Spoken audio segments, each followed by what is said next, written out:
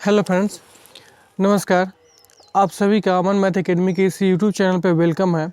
और जैसा कि आपको पता है कि हम लोग परसेंटेज पढ़ रहे हैं और परसेंटेज में हम लोग क्वेश्चन को कैटेगरी वाइज डिवाइड किए हुए हैं। और हम लोग अपने पिछले वीडियो में हम लोगों ने टेक्स्ट से रिलेटेड क्वेश्चन देखा कि जितने भी क्वेश्चन बन सकते हैं, चाहे जो भी क्वेश्चन बने हुए हैं। और आज हम लोग उन सारे क्वेश्चन को देखने वाले हैं कि जो कि मैंने आपको मतलब पहले आपको बताया हुआ है कि कोई एक चीज़ जब दो किसी चीज़ के मल्टीप्लिकेशन पे डिपेंड करती है तो उसका कैसे सॉल्यूशन होता है, तो उसमें क्या क्या होता है, कैसे होता है। तो हम लोग इसी टाइप के क्वेश्चन अब पढ़ने वाले हैं। आते हैं हम लोग अब नेक्स्ट क्वेश्चन की तरफ। हम लोगों का 26 नंबर क्वेश्चन है कि एक घोल में नमक 16.5% है, जिसमें से 18 लीटर पानी का वाष्पीकरण हो जाता है। अब घोल में नमक की सांद्रता मतलब कॉन्सेंट्रेशन 20.9% है। तो पहले यह सांद्रता कितनी थी? 16.5%। और जब उसमें से 18 लीटर पानी को मतलब वाष्पीकृत कर दिया गया, वाष्पीकरण मतलब हटा दिया गया, उड़ा दिया गया, तब उसमें उसकी सांद्रता कितनी बच जाती है? 20.9%। ठीक है, पहले थी 16.5, अब है 20.9। क्यों? क्योंकि उसमें से 18 लीटर पानी हटा दिया गया। विलेन की प्रारंभिक मात्रा बताएं। तो आप एक बात जानते हैं, जैसे कि नमक कितनी होती है, किसी चीज़ में नमक कितनी होती है? जो ये साल्ट है, साल्ट होती है जैसे कि टोटल सॉल्यूशन, ठीक है, इनटू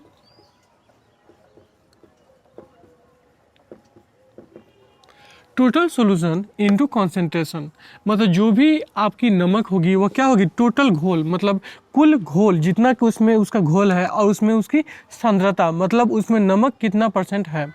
तो आप एक बात जानते हैं कि नमक अगर उसमें से पानी को उड़ाते हैं मतलब वाष्पीकृत पानी का करते हैं तो फिर उसमें नमक के परसेंट, नमक की मात्रा में कोई चेंज नहीं होती है। पानी इधर उधर हो सकती है, बस नमक जितना है, जैसे कि मान लीजिए नमक 10 ग्राम है, 20 ग्राम है, तो नमक उतना ही के उतना ही रहता है, बट पानी का वाष्पीकरण हो सकता है।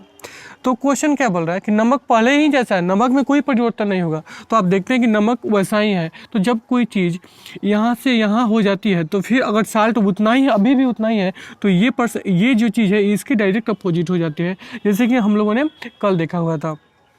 आपको मैंने कल बताया तो Z equal to X into Y वाला वही बात, ठीक है। तो चलिए हम लोग आगे देखते हैं कि नमक में जो उसकी सांद्रता है पहले कितनी थी? 16.5%। कितनी थी? 16.5%। और अब उसकी सांद्रता कितनी हो गई है? 20.9%। ठीक है, अगर इसका आप रेशियो लेना चाहें तो कैसे होगा? अगर आप इसे 11 से डिवाइड करें तो 11 या 5 होगा और 11 इसे 19 होगा। मतलब अगर कॉन्सेंट्रेशन अब कितनी 15 थी पहले और अब कितनी हो गई है? 15 से 19 हो गई है। तो इसका मतलब उसका जो टोटल सॉल्यूशन है वह कितना हो गया होगा? 19 और यहाँ पे 15 हो गया। मतलब टोटल जो सॉल्यूशन है, टोटल घोल है, वह पहले 19 था और अब कितना हो गया? 15। मतलब घट गया कितना? 4 यूनिट। और आप देख रहे हैं कितना पानी का मतलब टोटल सॉल्यूशन को कम किया गया? तो 4 यूनिट। और क्वेश्चन में क्या बोल रहा है कि 18 लीटर पानी कम किया गया, मतलब 18 लीटर पानी का वाष्पीकरण किया गया। तो आप क्लियर यहाँ पे समझ रहे होंगे कि 4 यूनिट, ठीक है, यहाँ पे देख रहे होंगे कि 4 यूनिट बराबर कितना है? 4 यूनिट इक्वल टू 18 लीटर, ठीक है। तो फिर 1 यूनिट का मतलब कितना होगा? 1 यूनिट का मतलब होगा 18/4, मतलब कितना? 4.5 लीटर। कोई दिक्कत नहीं होगा आपको। और फिर क्या पूछ रहा है? तो बिलियन की प्रारंभिक मात्रा, तो प्रारंभिक मात्रा कितनी है? 19 यूनिट, ठीक है। तो 19 यूनिट बराबर कितना हो जाएगा? 4.5 इंटू 19, मतलब 19 यूनिट हो जाएगा। तो मतलब कितना होगा? अगर आप इसे मल्टीप्लाई करें तो आ जाएगा 85.5 लीटर, ठीक है। मतलब बिलियन की प्रारंभिक मात्रा कितनी थी? 85.5 लीटर। अगर क्वेश्चन में पूछ दे कि अब बिलियन की मात्रा कितनी है, तो आप 19 यूनिट की जगह पे आप निकालेंगे 15 यूनिट, ठीक है।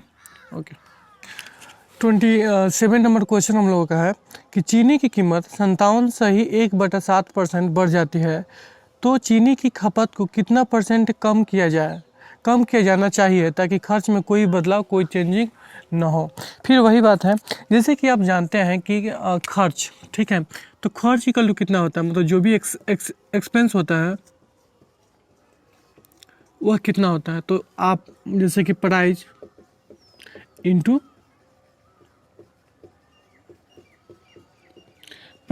कंजम्पशन, मतलब अगर खर्च कितना हो, जैसे कि मान लीजिए कि किसी चीज़, जैसे कि चीनी को ले लेते हैं।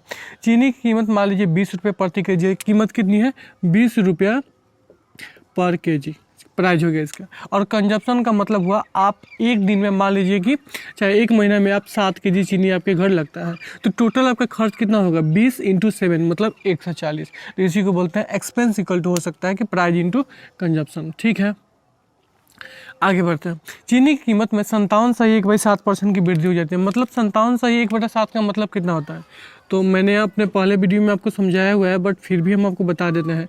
जैसे आप इसे दो भागों में ब्रेक कर सकते हैं, एक होता है 50% और एक होता है 7/1/7%। ठीक है, तो 50% का मतलब कितना होता है 1/2 और 7/1/7 का मतलब कितना होता है 1/14। अगर आप इसे ऐड करें तो कितना हो जाएगा 14 और 7 यहाँ पे 8 हो जाएगा। अगर सिंप्लीफाई करें तो 4/7 मतलब 57 सही 1/7% का मतलब कितना होता है 4/7। ठीक है,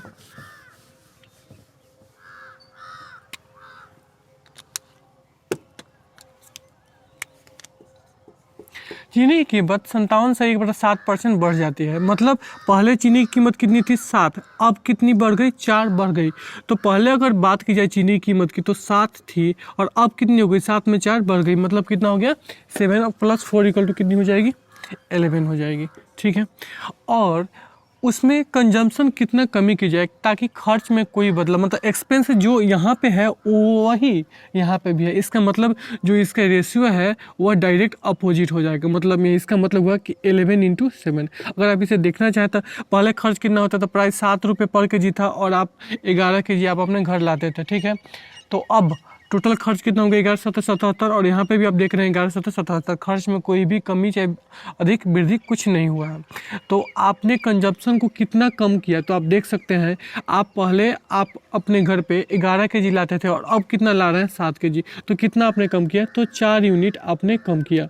तो 4 यूनिट तो कितना परसेंट पूछा, तो 4 यूनिट। अब आप बताएं हमें कि नीचे क्या लिखे 7 के 11, तो आपको कमी किस में करनी है, 7 में कमी करनी है कि 11 में कमी करनी है, तो कमी आपको 11 में करनी है। इसलिए यहाँ पे होगा 11 × 100, मतलब हुआ कि 400 / 11 होगा।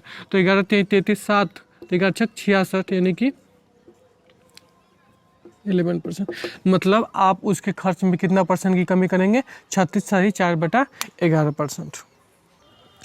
नेक्स्ट क्वेश्चन हम लोग का कि यदि चीनी के मूल्य में 24% की वृद्धि हो जाती है और कोई व्यक्ति अपने खर्च में केवल 15% की ही वृद्धि करना चाहता है, तो उसे खपत में कितने परसेंट की कमी करनी होगी। ठीक है, तो बिल्कुल वैसा ही पिछले क्वेश्चन के जैसा है। क्वेश्चन में पूछ कह रहा है कि कितने परसेंट की कमी करनी होगी किस चीज़ में, खपत में। तो हमें खपत की चाहिए, तो खपत मतलब ये कंजप्शन। तो आप इसके हिसाब से देख रहे हैं कि कंजप्शन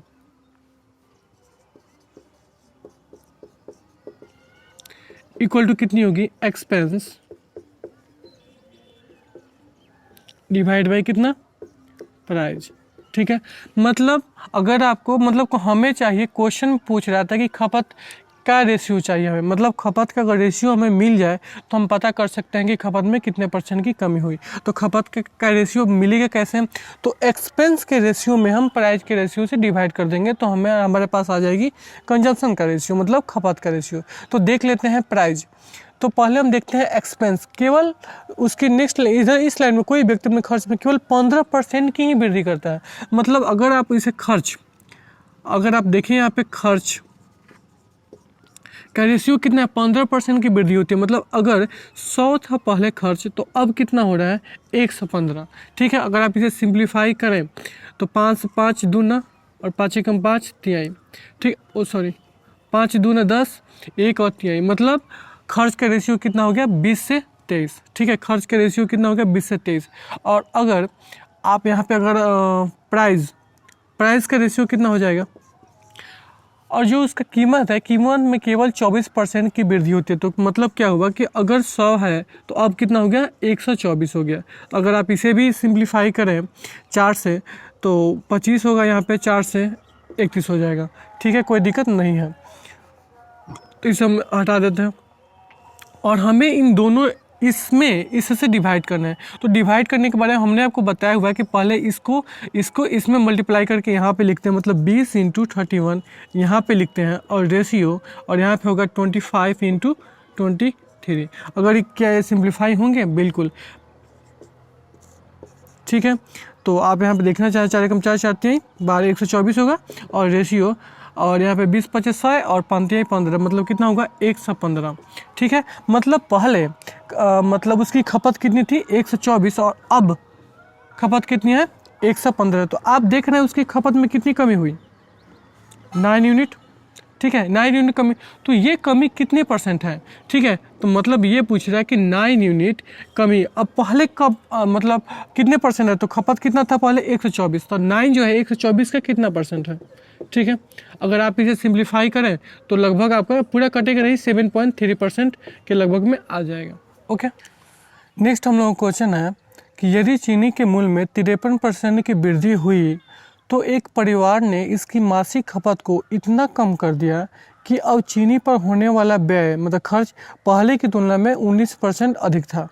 यदि परिवार में पहले चीनी की मासिक खपत 38.7 केजी थी तो चीनी की मासिक खपत में कितना कमी हुई, परसेंट नहीं, मतलब कितना कमी हुई, परसेंट में नहीं पूछ रहा है। ठीक है, तो बात फिर से कहानी वहीं पे है, एक्सपेंस इक्वल टू कितनी होती है प्राइस इनटू कंजप्शन।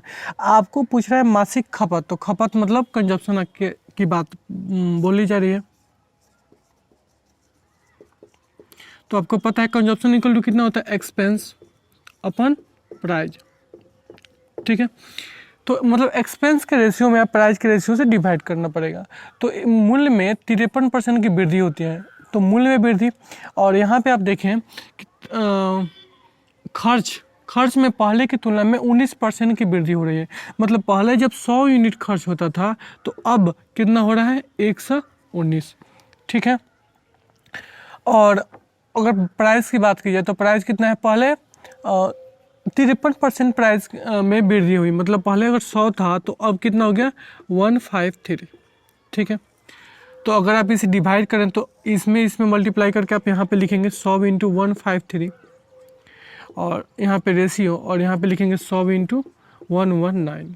अगर आप इसे सिम्प्लीफाई करें तो यहाँ पे 19 से डिवाइड करेंगे तो कितना हो जाएगा 7 19 153 19 5 95 119। ठीक लिखा गया यहाँ पे कि शायद 11 किससे डिवाइड हो गई